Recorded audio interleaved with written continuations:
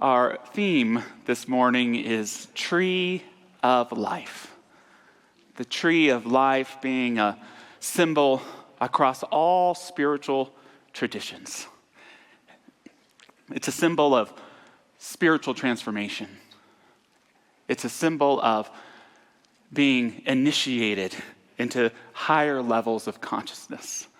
And it's a symbol of what is in heaven being grounded right here in our own earth. One of my favorite stories where the tree of life shows up is in the story of the Buddha and his enlightenment under the Bodhi tree. Now, I'd always thought about the Buddha story of enlightenment being a spiritual superhero origin story. But then I became a parent, and I realized that at its heart, the story of the Buddha is the story of a father who wants to prevent his son from experiencing sorrow and suffering. I don't believe in original sin, this idea that each of us is born with something innately wrong in us that needs to be fixed or saved. But if there is an original sin, perhaps it's each of us parents. Before we bring our child into this world, we stop and think because we're bringing our child into a world that's designed to break their heart. It's designed to break their heart. It's designed to grow their heart, to bind their heart, to heal their hearts, but it breaks all of our hearts eventually.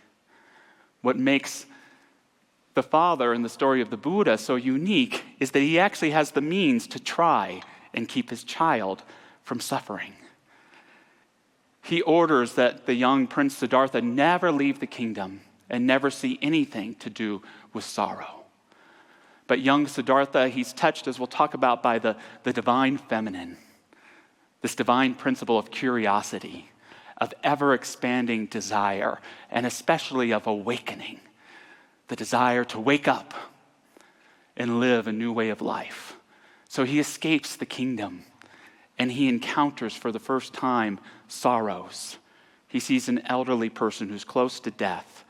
He sees a sick person, and he sees death itself. And it invokes something, and it invokes this feeling, and he doesn't know what it is.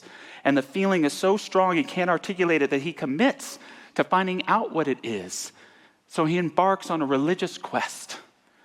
He tries every religion available to him in India. If he was alive today, he would let in all the Jehovah's Witnesses. He'd take all the lessons of the Latter-day Saints. He would call that number so he could get a copy of L. Ron Hubbard's Dianetics. But nothing works. Nothing can help him articulate this feeling in his heart. And then he encounters the Bodhi tree. And he sits underneath its branches. And he declares, I am not leaving this tree until I know what this feeling is. And he invents meditation. And on his meditative path, under the tree, similar to the temptation of Christ, he's tempted by a being called Mara, meaning illusion. It looks like the Cookie Monster ate some bad medicine there. And Mara tempts Siddhartha with lust, with power, with pride. But the Buddha endures, and he becomes enlightened, which is not to become some supernatural perfect being. It's the articulation of this feeling in his heart. What is the correct response to this feeling I have in the sight of sorrow and suffering? I know what it is. It's compassion. Compassion. What is the correct way to respond to yourself when you are in sorrow? Compassion. What is the correct way to respond to someone you love who is suffering? Compassion. What is the highest and best way to respond to the sufferings we see in this world as angry and as desperate at times as they make us feel? Compassion. That's what enlightenment is. Compassion. The great Shel Silverstein wrote a wonderful book for children entitled the giving tree.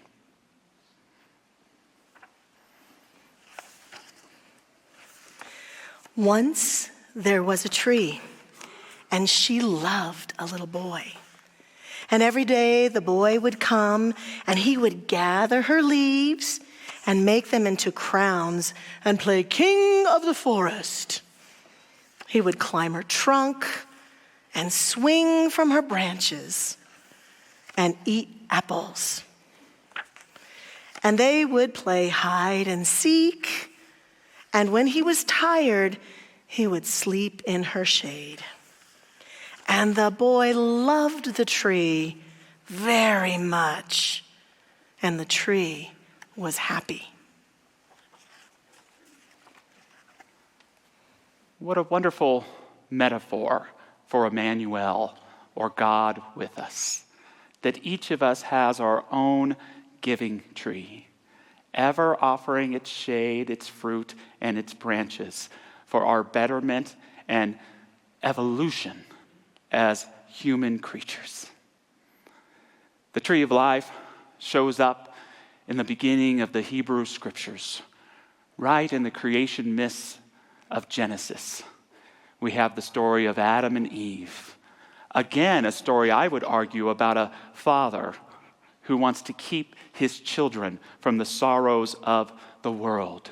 Do not eat of that tree of the knowledge of good and evil. But Eve, who is not villain or temptress, but feminine power, realized and embodied, she has this principle, she has this something that perhaps even the gods don't have. This divine curiosity, this ever-expanding desire for life, and that principle of awakening. She is called, just like Pandora or Persephone, to eat of the fruit of the tree, and she helps man along. And human consciousness is given birth to. The consequence, however, is that it includes sorrow and suffering. God becomes so concerned at the rapid growth of his creations that he actually puts an armed guard in front of another tree, the tree of the knowledge of eternal life. What does it mean to know that there is a tree of life ever calling you to eat its fruit so that you can rise into greater and greater levels of becoming and of awareness?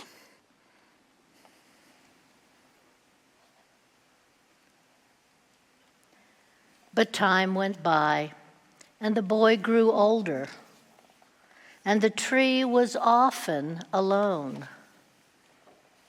Then one day the boy came to the tree, and the tree said, "Come, boy, come and climb up my trunk and swing from my branches and eat apples and play in my shade and be happy." "I'm too big to climb and play," said the boy. "I want to buy things and have fun. I want some money. Can you give me some money?" "I'm sorry," said the tree, "but I have no money. I have only leaves and apples. Take my apples, boy, and sell them. Sell them in the city. Then you will have money and you will be happy." And so the boy climbed up the tree and gathered her apples and carried them away. And the tree was happy. The tree of life speaks to us throughout the narrative of the life of Jesus. Jesus compares the kingdom of heaven to a tall tree with long branches that the birds come to love to rest upon. He says that practitioners of his teaching, that's you and me, we are like trees. We must always ground ourselves in the awareness of a holy presence so that we can grow and bear fruits into our lives. Jesus curses a barren fig tree as an example of it not being rooted in the life. And when we are not rooted in that divine life, we cannot bear fruit. We wither away.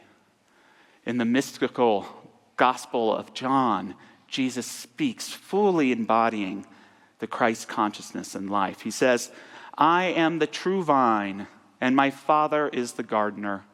Every branch in me that does not bear fruit, he takes away. And every branch that bears fruit, he trims clean so that it might bear more fruit. Remain in me and I in you. Just as the branch cannot bear fruit from itself unless it remains in the vine, so neither can you unless you remain in me. I am the vine and you are the branches, the one who remains in me and I in him. This one bears plentiful fruit because apart from me, you can do nothing. Let us not plant ourselves in the garden of self-rejection, in the garden of pain and bitterness, but where we can meet our soul in that tree of life that is itself an endless rootedness in the highest truth of who we are, so that we can allow the life of that tree to prune any part of us that does not belong or no longer belongs, so that we can bear the fruits of our becoming.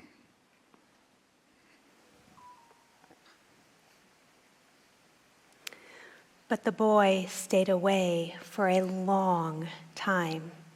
And when he came back, the tree was so happy she could hardly speak. Come, boy, she whispered, come and play. I am too old and sad to play, said the boy. I want a boat that will take me far away from here. Can you give me a boat? Cut down my trunk and make a boat, said the tree. Then you can sail away and be happy. And so the boy cut down her trunk and made a boat and sailed away. And the tree was happy, but not really. In the narrative of Jesus, God sends his child to be sacrificed by the sufferings and the sorrows of the world. I would personally argue that we are all children of God, brought into this world certainly to face at times our own version of crucifixion, our own sorrows, our own heartbreak, our own setbacks. Jesus' story is a devastating one. From an early age, he has deep and profound inner knowing. He's taught and mentored and then baptized by John. He goes into the desert to refine his ministry and his message. A message that God is unconditional love. A message that God is like a parent who loves their child without doubt and certainty, strong like the roots of a tree. And he brings this message into the first century, and no one gets it. No one understands it. In fact, so many people, they reject it and him. He experiences the rejection of his family, of his friends, of his followers, of his fellow Jews, of the Roman authorities. All throughout, he's mastering this practice that he calls forgiveness. Forgiveness being the way that we practice that unconditional love of God for one another, no one withheld, shining on the just and the unjust alike. That love is there. He practices that even to the extent of him being murdered on the cross. He comes to his grand realization, Father, forgive them, for they know not what they do. For the Buddha, the right response to sorrow and suffering is compassion. For Jesus, the right response to sorrow and suffering is forgiveness. Compassion, forgiveness. When I really think about it, I can't see much difference between the two. Where is it time in your life to start giving yourself and others compassion? What is that sorrow or that suffering that's taking place in your world right here and right now that you can choose to transcend through self-compassion and outward forgivingness of the love and spirit of God? All we have to do is allow ourselves to ground in that tree of life, that tree of love, that tree of endless and infinite spirit. Ernest Holmes, our founder, gives us advice for being with the tree of life. It may be necessary to cultivate your garden, to uproot the weeds and strengthen our rows, planting new seeds, new ideas, broader visions, deeper realizations of life. New aspirations must be bedded here, fertilized with the hope and the conviction of faith, the beauty of wholeness, and the quietness of peace. Watch your garden carefully, guard it patiently, waiting for a new harvest, for you shall reap what you have sowed. So often, into your garden, go there, be present with the garden, sitting under the tree of life in cool, quiet communion. You will find fresh inspiration. God will go forth anew into creation through each one of you. Don't we love our ministers? We love you, Dr. Patty.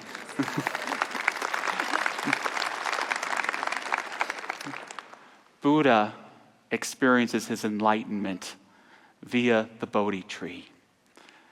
Christ begins to experience his resurrection, nailed to a cross, hung up on the tree of life that transforms and transcends his suffering to find something new. What does it mean for you to identify your tree of life? That tree of life that is not metaphorical, although we have to speak about it metaphorically. It's the presence of God, of spirit, alive around you, always giving itself. We may forget it, but it never forgets us, and it always calls us back. Viktor Frankl, in his Man's Search for Meaning, about surviving concentration camps during World War II, he speaks of, as a psychologist, trying to assist a younger woman who's dying. She shares a bed with several other souls, the room filled with bodies, and yet he's able to speak to her. And she shares that she is actually accepting her fate, the fate of her incoming death. She shares that she knows now how naive she was in the past and how she focused on the wrong things, and now here she was. She shared that her new best friend was a tree that she could barely see outside of the window. Frankl looked and saw just the little branches of a chestnut tree with a flower on it. And she shared with Frankl that the tree speaks to her. And concerned about her mental health and well-being, Frankl said, "What does it say?" It says, "I am life. I am eternal life." As many of you know, I lost my dad last year. And when he was on life support, I sang a little prayer every day for him. A devotee of the religion of rock and roll, I chose a John Lennon song called "Grow Old With Me." It was one of the last songs that John Lennon ever wrote. Grow old along with me. The best is yet to be. When our time has come, we will be as one. God bless our love. God bless our love. One more verse, I swear. Grow old along with me. Two branches of a tree face the setting sun when the day is done. God bless our love. God bless our love. And knowing that my dad's life was temporal, I just thought of his marriage with my mother. 49 years together. And both would pass away, and I will too, but I'd like to think there's something about that connection, that love we share with one another that is eternal, that lasts forever. After my dad died, all my daughter wanted to read every night was The Giving Tree. And I'd open up and I'd start to read, and tears would start to come down my cheeks, which I came to realize is why she wanted to read it. She got a little kick out of seeing Daddy cry. And at first, I think it was because I was thinking of him as a young boy, playing, frolicking.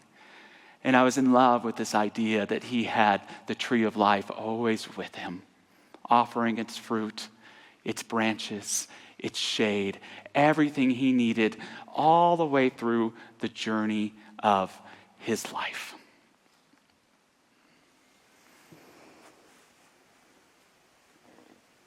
And after a long time, the boy came back again. "I'm sorry, boy," said the tree, "but I have nothing left to give you. My apples are gone." "My teeth are too weak for apples," said the boy. "My branches are gone," said the tree. "You can't even swing on them." "I am too old to swing on branches," said the boy. "My trunk is gone," said the tree. "You cannot climb." "I am too tired to climb," said the boy. "I am sorry," sighed the tree. "I wish that I could give you something, but I have nothing left. I am just an old stump. I am sorry." "I don't need very much now," said the boy, "just a quiet place to sit and rest. I am very tired." "Well," said the tree, an old stump is good for sitting and resting. Come, boy, sit down and rest." And the boy did. And the tree was happy. I then came to realize that my dad was my giving tree, that he had spent his whole life giving his branches, his leaves, his fruit to his family until he was just an old stump. But he's the best stump I ever knew. Root yourself in the tree of life every day, in the knowledge that you are a child of a higher life, that you are here not just to endure the sorrows of the world, but to transcend them with an inner knowing and the radiant light within you. Root yourself in it every day.